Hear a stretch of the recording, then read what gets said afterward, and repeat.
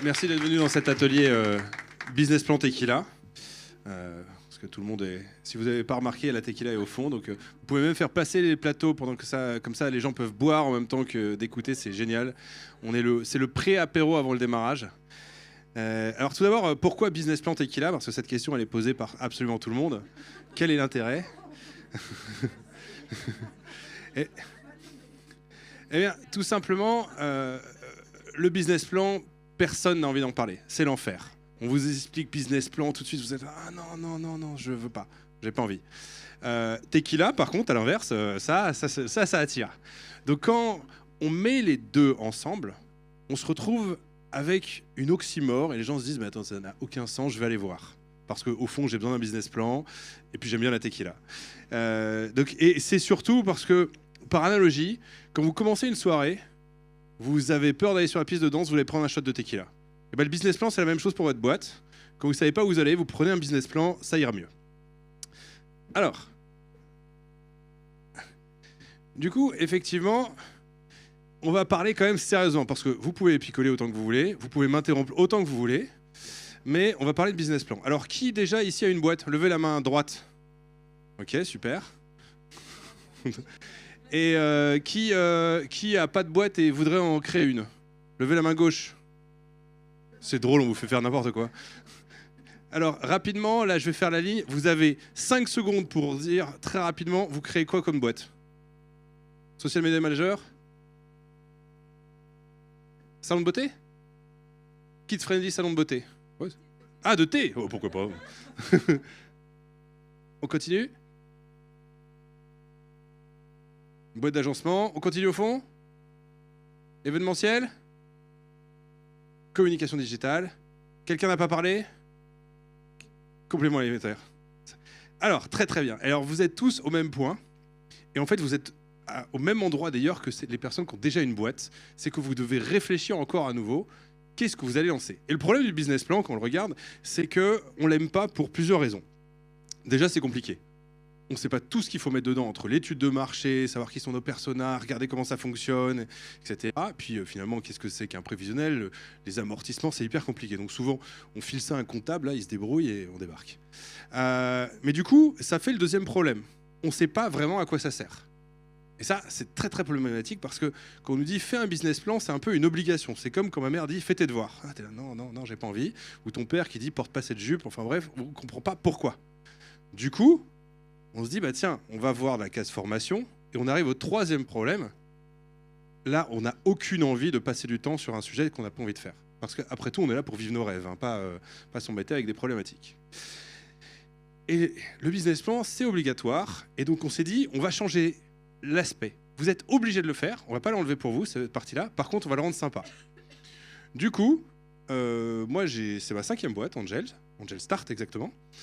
J'en ai fait 4 avant et ma mission, ça a toujours été de construire des outils qui sont faciles à utiliser et sympas. Et donc, Angel, ça a été démarré en 2021 avec un objectif, comment faire un business plan facilement et qui vous sert ensuite en termes de pilotage. Parce que quand vous avez démarré votre boîte, vous allez voir qu'il y a un truc qui est très drôle. Tout ce que vous avez prévu au mois M, ça change au mois M+1. Rien ne se passe jamais comme prévu. Bienvenue en enfer, vous avez signé là-dessus et vous allez être accro au problème. Mais donc sur Angel, on a déjà fait 50 000 business plans depuis 2021. Et on est partenaire de France Travail et BPI. Parce qu'on est quand même la seule boîte qui a réussi à rentrer chez France Travail sans appel d'offres, tellement ils trouvaient ce qu'on faisait était bien. Je m'envoie des fleurs hein, quand même. Alors, on va commencer par poser les bases. En mode très très simple. Je ne vous prends pas pour des bêtes, mais il faut comprendre le business plan, c'est quoi? Un plan, on a une idée pour aller vers un but. C'est la base, hein, c'est le principe d'une carte. Et le business, vous mettez du temps et de l'argent dans votre business, ça doit ressortir de l'argent. Alors, tous les philanthropistes qui veulent faire des assos, effectivement, on ne va pas aborder votre cas. Mais c'est vraiment, quand vous dites « je fais un business plan », c'est parce que j'ai des idées, du temps et de l'argent, et je veux en ressortir plus d'argent. N'oubliez pas que 50% des gens se plantent parce qu'ils oublient tout simplement que vous êtes là pour gagner de l'argent et il faut le faire bien. Alors, pourquoi vous devez le faire? Vous êtes dans 3 situations. Soit vous devez convaincre votre banquier de vous passer de l'argent. Par exemple, il faut acheter le stock de compléments alimentaires et ça coûte cher. Ensuite, il faut se rassurer. Parce que le premier truc qu'on n'a pas envie d'avoir, c'est l'air idiot parce qu'on s'est planté et tous nos potes se sont dit mais ton idée ça marche pas là, ton kids garden là, salon de thé, non, c'est pas intéressant. Et donc tout le monde aime bien vous critiquer tout le temps. Ah, c'est le principe. Hein. Moi, de toute façon, personne n'a trouvé bien ce que je faisais jusqu'au moment où ma père m'a dit mais tu gagnes plus que moi. Ça surprend. Hein. Les gens seront surpris. Mais c'est pour ça que ça va vous rassurer de savoir où vous allez. Et le troisième, et ça c'est le plus important, c'est que c'est un peu comme... moi je suis de Saint-Malo, donc à la base, la route du Rhum, vous voyez ce que c'est? Super. Disons que pour des gens qui ont des avions, vous savez ce que c'est la mer. C'est incroyable. Et du coup, quand on démarre la route du Rhum, on sait ce qu'on va faire les 3 premiers jours. Mais après, en fonction des vents et des marées, ça change. Et c'est ça la clé de l'entrepreneuriat. Vous allez faire un plan, non pas parce que ce plan sera vrai pour le reste de votre carrière entrepreneuriale, sinon tout le monde en ferait un, mais parce que vous allez apprendre à faire un plan pour le refaire et le refaire pour piloter votre boîte contre vents et marées jusqu'au moment où vous trouverez exactement ce qui marche le mieux pour vous payer exactement ce que vous voulez et vivre avec le temps que vous voulez dans votre boîte et le temps que vous voulez perso. Et ça, c'est très important parce que je suis père de famille, j'ai 3 enfants, je bossais énormément avant, mais en fait, 80% de ce que je faisais était réellement inutile parce que je bossais sans plan. Et quand ma fille est née, ma petite Gabrielle, j'ai réellement viré énormément de gens dans ma boîte parce que je me suis dit maintenant je vais me concentrer sur cet enfant. Et votre clé c'est ça, c'est que il faut piloter votre boîte pour savoir ce qui marche et passer du temps sur ce qui marche. Et si ça marche pas, vous le laissez tomber et vous passez à autre chose. Et d'ailleurs, juste avant, un gars qui m'a vraiment mis un tacle parce qu'en tant qu'entrepreneur, on défend toujours notre bout de gras jusqu'au bout. Et quand je suis arrivé en Bretagne, j'ai rencontré un Pierre Kosciusko-Morizet, vous savez, le fondateur de Price Minister, donc un mec qui pèse un peu dans la tech. Et je lui présente ma première boîte qui était non-surtaxé.com, un annuaire de numéros non surtaxés. Ah, il trouve ça génial, etc. Et je me dis, tiens, il y a peu de gens qui comprennent vraiment le business model de ça, mais c'est intéressant. Et du coup, je lui présente l'idée sur laquelle je bossais dans les médias. Et là, il me dit, j'y crois pas du tout. Donc là, toi, tu te laisses pas démonter, hein, tu vas te battre. Tu dis non, mon idée, elle est top, je suis le fondateur top, j'ai une équipe top. Le mec, et là, il te sort un peu un topito. Voici les 5 raisons pour lesquelles ta boîte ne va pas marcher. Bon, en fait, les 5 raisons n'ont aucun intérêt, sauf la dernière. Il m'a dit, en fait, je sais pas ce que tu fais dans ce secteur, tu ferais bien mieux ailleurs. Et le gars est juste en train de te dire, mais qu'est-ce que tu fais là alors que tu pourrais gagner ici? Tu mets ton énergie à un endroit alors que tu ferais mieux là.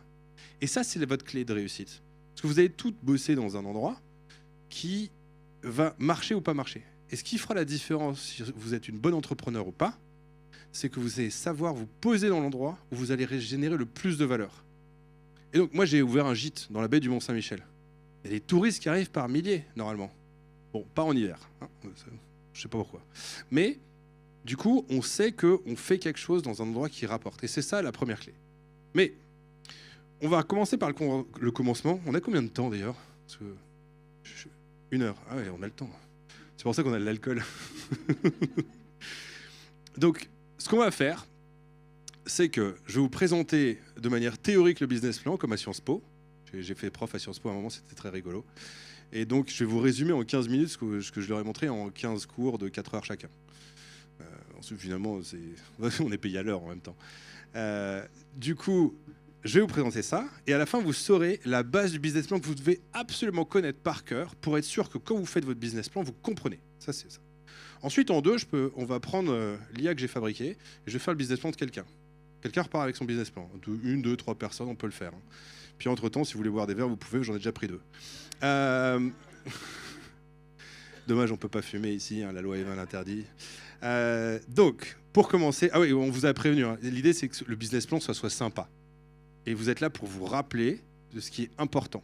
Donc même si je le dis en rigolant, moi j'ai une boîte avec 8 personnes qui bossent, enfin j'en ai 2 des sociétés d'ailleurs, et du coup, ce qui est là, c'est que ça marche et que c'est validé par la BPI, par France Travail, par Sciences Po, mais c'est ce qui va vous faire que vous allez réussir à comprendre votre boîte avec les clés de base. Donc, on va démarrer par la chose la plus simple, c'est la présentation. Beaucoup de personnes, là je vous ai demandé de pitcher votre boîte en une phrase, beaucoup de personnes ne savent pas présenter la boîte. C'est très important parce qu'en permanence, vous croisez quelqu'un qui peut être votre client, votre investisseur, votre publicitaire. Vous êtes la pancarte publicitaire de votre boîte en permanence. Donc si vous racontez un truc, genre ouais, Angel, c'est un truc là pour avoir un financement, ouais, tu fais t'as un truc, t'as un Excel. Alors la personne est foutue. Mais si vous avez quelque chose, vous répétez tout le temps, c'est une plateforme qui vous permet d'obtenir un prévisionnel financier comme fait par un comptable, sauf que vous parlez à l'IA, elle vous le sort et ça prend 30 minutes. Bon, c'est clair. Vous répétez toujours la même chose comme ça. Quand vous avez une idée, vous pitchez en permanence une personne qui peut vous ouvrir des portes. Et encore une fois, le hasard fait bien les choses. Plus vous augmentez vos chances de trouver les bonnes personnes, plus vous réussirez.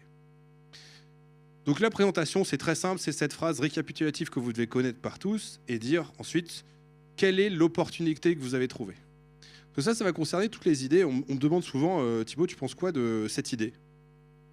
Et en fait, moi, j'ai absolument aucune idée de ce qui marche ou pas. Je vois 2000 business plans par mois qui placent sur la plateforme. Il y a des idées qui sont géniales, qui ne marchent pas. Il y en a qui sont absolument nulles, qui marchent. Mais donc, je ne suis pas le bon juge. Par contre, ce que seul vous savez, c'est pourquoi vous lancez. Et le pourquoi est le plus important. C'est votre moteur de souffrance qui va vous permettre de réussir à trouver votre client. Parce que votre client, il souffre pour une raison. Enfin, il souffre, c'est une manière de parler. Mais donc, vous avez une opportunité. Par exemple, j'ai hérité d'une baraque où je vais faire un lieu de vie pour les femmes. J'ai retrouvé quelqu'un qui va arrêter sa boîte, je vais reprendre sa boîte. Je sais qu'il y a 50 personnes qui m'ont dit qu'ils rêveraient d'avoir un environnement où ils peuvent, ils peuvent prendre un café, un thé et que leurs enfants puissent jouer dans une piscine à bulles comme Gully Park. Très bien, Gully Park. Du coup, ça, c'est la base de votre présentation, le pourquoi et une phrase récapitulative. Ensuite, on va se poser sur la deuxième partie du business plan, qui est la plus importante du business plan, c'est vous. Parce que la réalité, c'est que votre idée, elle ne vaut rien.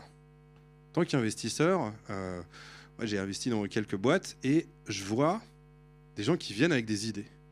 Et l'idée, elle change 3 mois après. Puis le personnage change 3 mois après. Mais ce qu'on regarde, c'est les gens qui se disent « Attends, ils ont quelque chose ». Donc même si ça avait été un café pour avoir des parents qui veulent mettre un endroit pour leurs enfants, la manière de développer ça va permettre de peut-être découvrir qu'en fait, il faut faire un café pour avoir des gens qui ont des chats, des chiens ou d'autres choses. Mais la clé, c'est que la personne sur laquelle la banque ou l'investisseur investit, c'est la personne qui est capable de se défendre. Et donc pour ça, vous justifiez. Est-ce que vous êtes prêt à être chef d'entreprise ? Vous êtes prêt à faire tout ce qu'il faut pour que votre boîte réussisse. Bosser 80 heures par semaine, vider les poubelles vous-même. Alors d'ailleurs, c'est très drôle parce que ça, c'est plutôt un truc d'homme, de ne pas vouloir faire de tâches subalternes quand ils se lancent au début sur certains produits, et alors que les femmes sont beaucoup plus à dire, tiens, on est capable de tout faire. Ça, c'est assez intéressant. Je ne sais pas pourquoi. C'est du sexisme à l'envers. Ensuite, est-ce que vous êtes légitime dans le secteur ? Ça, c'est une des clés de réussite que vous devez vous poser. Vous attaquez un secteur, si vous n'y connaissez rien, vous allez vous planter. Moi, j'ai attaqué la presse, par exemple. Je me suis sévèrement planté. Parce que si jamais j'avais bossé dedans, il y avait des gens de la Dépêche qui étaient là. Si j'avais, je sais pas, fait juste un stage à la Dépêche, j'aurais compris pourquoi ça n'aurait jamais marché mon produit. Et donc, quand vous attaquez un marché, vous devez vous dire, je comprends. J'ai la compétence, la connaissance. Dans une petite ville près de chez moi, j'ai le maire qui m'appelle en disant on est en galère parce qu'on a financé un resto et il ne marche pas. J'arrive, je vais les voir et je leur dis enfin c'est un lieu de vie, c'est des trucs un peu hybrides, c'est des idées qui marchent moyen généralement. Et là, je leur dis vous avez qu'à servir à déjeuner, il y a plein d'entreprises à côté. Ils disent on ne sait pas cuisiner. Alors c'est con quand tu prends un café, si tu ne sais pas cuisiner, c'est très compliqué. Ensuite, on prend spécifiquement du temps sur la partie porteur parce que c'est vous qui portez votre boîte. Et vous, c'est aussi avec qui vous entourez. Alors, je ne parle pas de l'entourage sympa qui dit « Go girl, t'es puissante, c'est bien, hein, c'est très intéressant ». Non, c'est qui les pros, c'est qui les experts métiers, c'est qui ceux qui vont venir vous aider à se retrousser les manches avec vous. Parce que c'est sûr que, honnêtement, hein, on va être la plupart des familles ne soutiennent pas les entrepreneurs quand la famille elle-même n'a jamais été entrepreneur. Ça, c'est... Donc le soutien familial, comptez pas dessus. Si vous l'avez, tant mieux. Hein. Mais vous n'êtes sûrement pas dans cette salle d'ailleurs, si vous l'avez. Du coup, c'est la réalité. Hein. Moi, quand je levais des fonds là, pour Angel, on a levé 2 millions d'euros, et je croise un gars qui est bien, un peu suffisant, et il me dit « Ouais, moi j'ai levé 3 millions, je suis pré-produit. » Je dis, attends, t'as 3 millions pré-produits, t'as rien et tu lèves 3 millions. Il fait, ouais. Je dis, mais attends, comment t'as fait? Il fait, bah tu sais, il faut pitcher avec vraiment envie que tu montres que tu vas changer. Non, non, ça fait 15 ans que je fais ça. Dis-moi comment t'as fait. Il fait, mon père, il est au MEDEF en fait, et la banque, machin, c'est ma mère. Ok, bah voilà, c'est tout. Et on arrive à la fin.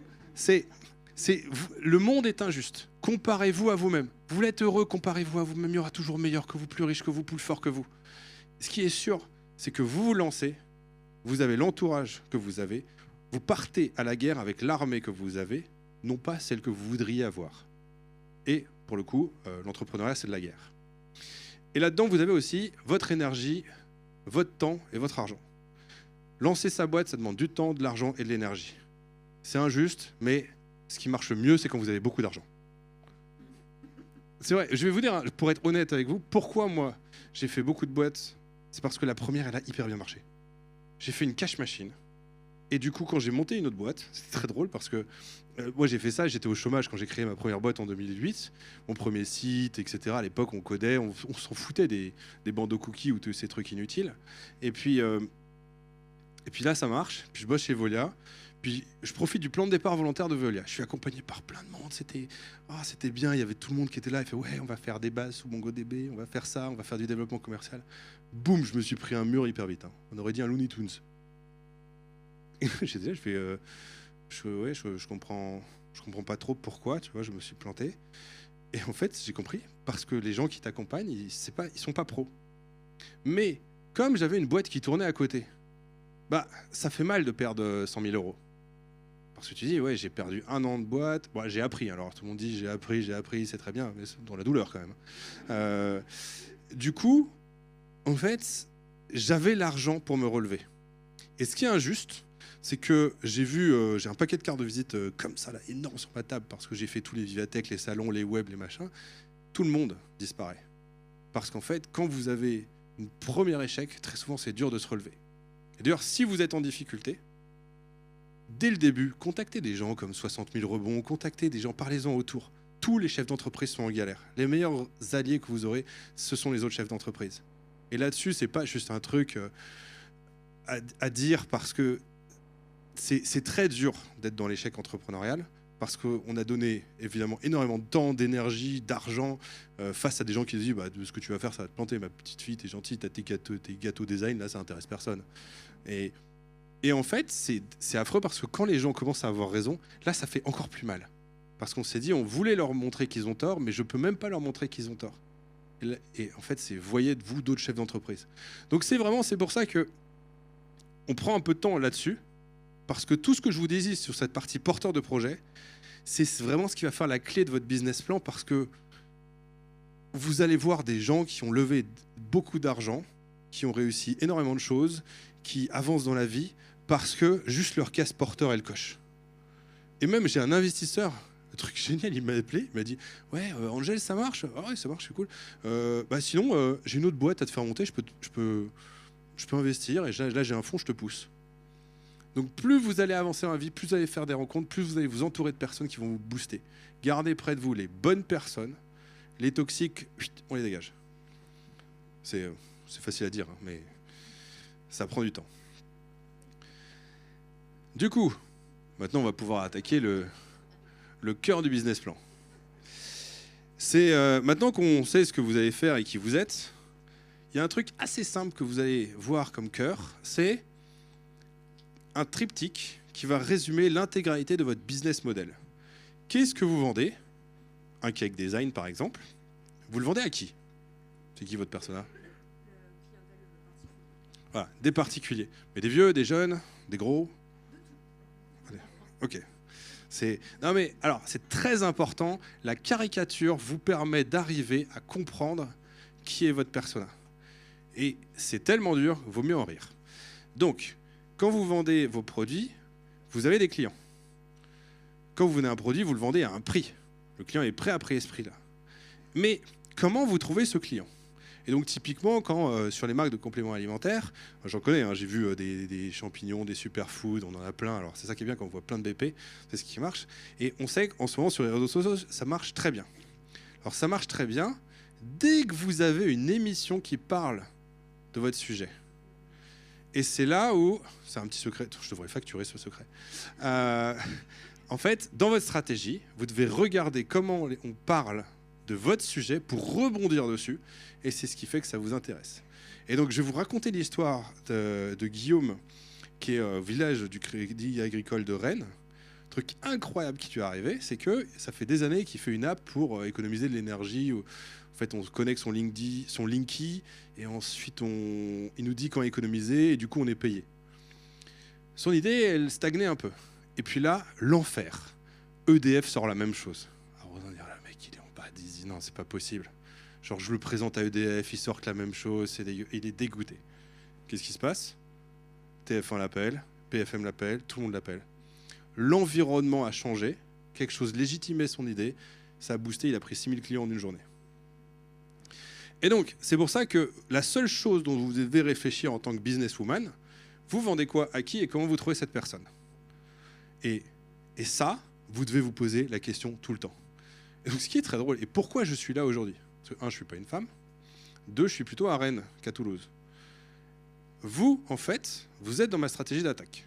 Parce que, outre le business plan, on fait du pilotage financier, et donc on touche des entrepreneurs. Et ce que j'ai remarqué, c'est que dans les salons d'entrepreneuriat féminin, la plupart des femmes sont déjà lancées. Alors que dans les masculins, c'est que des rêveurs. Enfin, il n'y a pas juste masculin, ça n'existe pas, sinon ça serait sexiste et problématique. Mais ma plateforme est utilisée par 65% de femmes aujourd'hui. Parce que le business plan, le travail de réflexion, c'est un système qui est féminin. Et donc, c'est beaucoup plus cette pédagogie que nous, on vend aujourd'hui, qui correspond à mon persona. Donc, si je viens à vous aujourd'hui, déjà, pour visiter Toulouse, il y a mieux qu'à faire qu'ici, mais c'est parce que j'aurai mes clients. Et donc, c'est ma stratégie d'attaque. Du coup, une fois qu'on a la base, votre chiffre d'affaires, ça, c'est l'argent qui rentre. C'est pas ce qui rentre dans votre poche, attention. Hein. Il y en a qui ont essayé, ils ont eu des problèmes. Si vous faites tout simplement quel nombre de clients j'ai par rapport à mon panier moyen. Et là, c'est la première chose que vous devez retenir, c'est réfléchissez en panier moyen. Tout le monde va dire, je ne sais pas combien je vends, je ne sais pas combien j'aurai de clients. Et bien, allez voir vos concurrents, c'est hyper simple. Vous allez voir dans une boulangerie, oh, c'est pas mal, il y a du monde chez vous, vous voyez combien de personnes par jour? Oh, en moyenne 50. Et voilà, hop, je sais que j'aurai 50 clients. Ça marche comme ça, une étude de marché, hein. Pas besoin de payer cher. Et ChatGPT dit des bêtises. Donc ça, vous avez votre chiffre d'affaires. Ensuite, les charges. Les charges, c'est qu'est-ce que vous devez payer. Pour venir, j'ai mes frais de déplacement, l'avion, la tequila. La tequila, ça reste des achats. Mais surtout, par exemple, sur les gâteaux, il y a les achats de matières premières. Sur les compléments alimentaires, il y a les petites gélules, là. Puis il y a tout le matériel pour les mettre dedans. Et on a plein de choses comme ça. Et après, pour tous ceux qui font des freelances et du conseil, vous allez avoir tous les frais généraux qui sont les frais de compta, marketing, les logiciels, tout. L'eau, par exemple, aussi. En fait, vous devez tout payer. Pareil, vous avez les salaires des gens que vous payez ou les freelances. Tout ça, ce sont des charges que vous devez prévoir dans un business plan. Et la différence entre un bon et un mauvais business plan, très souvent, on le voit par rapport aux charges. Parce que quelqu'un qui connaît ses charges, c'est quelqu'un qui maîtrise un business. Quelqu'un qui n'a aucune idée des charges, c'est quelqu'un qui va découvrir et avoir des mauvaises surprises. Et 50% des boîtes qui meurent, c'est parce qu'elles n'ont pas assez d'argent alors qu'elles étaient rentables. Mettez-vous ça, 50% des boîtes qui meurent étaient rentables.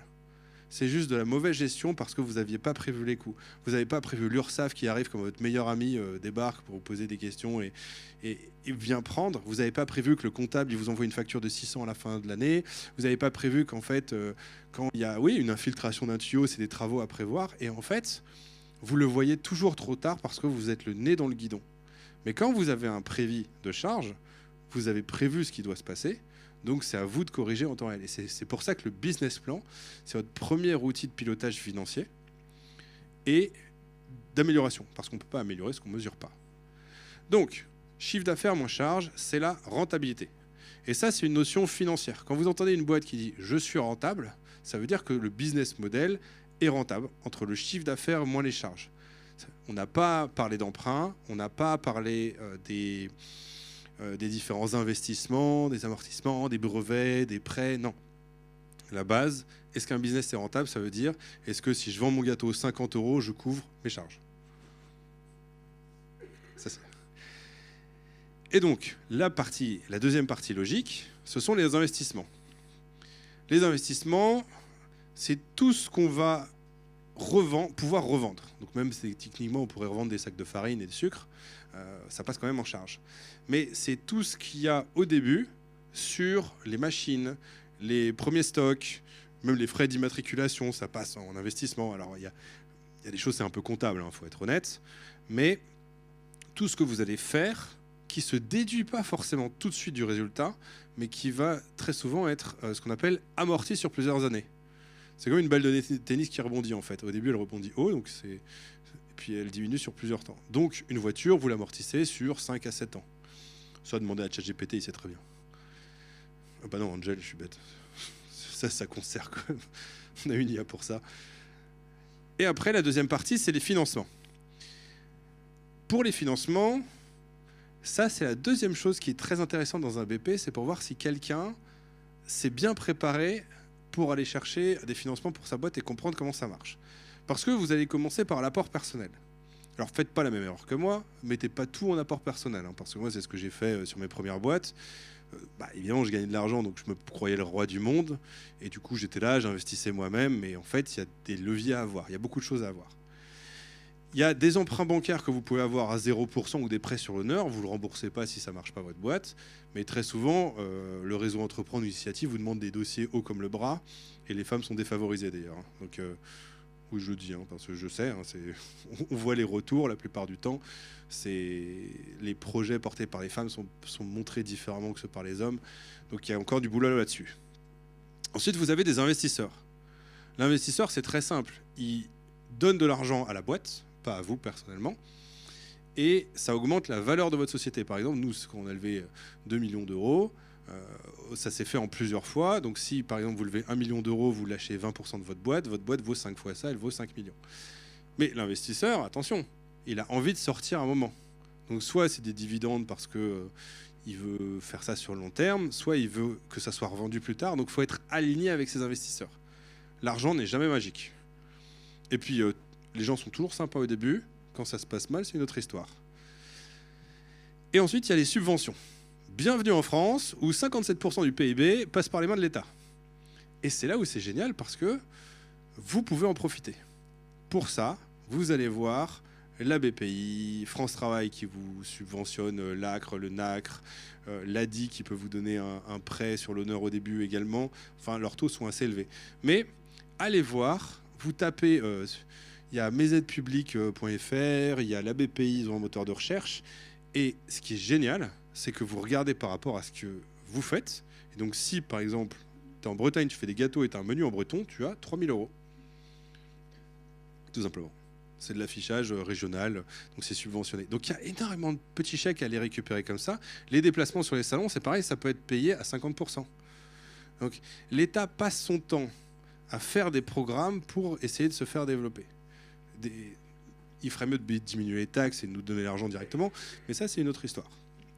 Donc voilà, vous avez la première base du business plan avec la présentation, le porteur, votre business model, entre ce que vous vendez, à qui et quand vous le trouvez, et ça vous donne chiffre d'affaires, charges, investissement et financement. Du coup, ça vous donne votre premier tableau comptable. Attention, ça pique les yeux, pleurez pas, reprenez un verre. Vous voyez, URSAF là, vous l'oublierez jamais. Ça fait peur. La première ligne que vous allez découvrir qui est importante sur votre boîte, c'est l'EBE, excédent brut d'exploitation. Si je prends mon chiffre d'affaires, j'enlève mes achats de marchandises, donc ma farine et mon sucre de gâteau, les achats, alors il y a une ligne qui est impôts et taxes, mais en fait celle-là c'est pas les impôts, c'est ce qu'on appelle la cotisation foncière des entreprises parce qu'il y a toujours un truc à payer. Les charges de personnel, ce sont les salaires avec l'URSSAF parce que vous voulez payer quelqu'un 2 000, en fait ça vous coûte 4. Il a intérêt à bien bosser. Ça vous donne l'EBE, l'excédent brut d'exploitation. Donc on avait la rentabilité pour savoir si le business c'est rentable. Maintenant, par rapport à cette ligne-là, on voit ça va un peu plus loin que la rentabilité. Puis ensuite, nos investissements sont ici, Ah oui, parce que dans les charges, il y a les remboursements de crédit. C'est pour ça que en fait, la différence entre la rentabilité et le BE, c'est que vous intégrez le remboursement des emprunts. Ensuite, quand vous avez fait des investissements, là, on enlève la valeur des investissements parce que même si en fait, l'argent est parti au moment où vous avez payé, et bien, finalement, vous vous retrouvez à déduire ça de votre résultat pour ne pas payer d'impôt dessus, mais sur le temps. Donc ça, c'est des amortissements. Ça vous donne le résultat d'un exploitation. Vous enlevez les impôts, 15, 30%, ça varie, puis ça augmentera avec Mélenchon. Hop. Je sais pas, vous êtes de... C'est gauche, droite, Toulouse? Non, il y a Airbus, c'est de droite, ça. Et du coup, nous, on ne fait pas de politique parce qu'entre Rennes et Saint-Malo, vous figurez bien que c'est compliqué. Ça vous donne le résultat net. Et ça vous fait votre premier business plan qui, en fait, vous voyez, ça, un comptable vous facture 1 500 € pour ça. Raisonnez cette logique-là. Mais là, vous avez cette logique que vous devez absolument comprendre dans votre boîte pour comprendre votre business. J'encaisse combien, je paye combien, je donne combien à l'État, et donc ça me donne mon résultat net. Et ça, c'est la base du business. Nous, à quoi on sert? Alors, comme ChatGPT a révolutionné le monde, ouais, la tequila commence à faire effet, on s'est dit, ok, on va prendre ChatGPT, mais plutôt qu'il se trompe tout le temps, on va arriver à lui faire des calculs de manière propre, carrée, pour que ça vous fasse un business plan. Donc, c'est une IA, vous lui parlez, et ça remplit tout le business plan pour vous.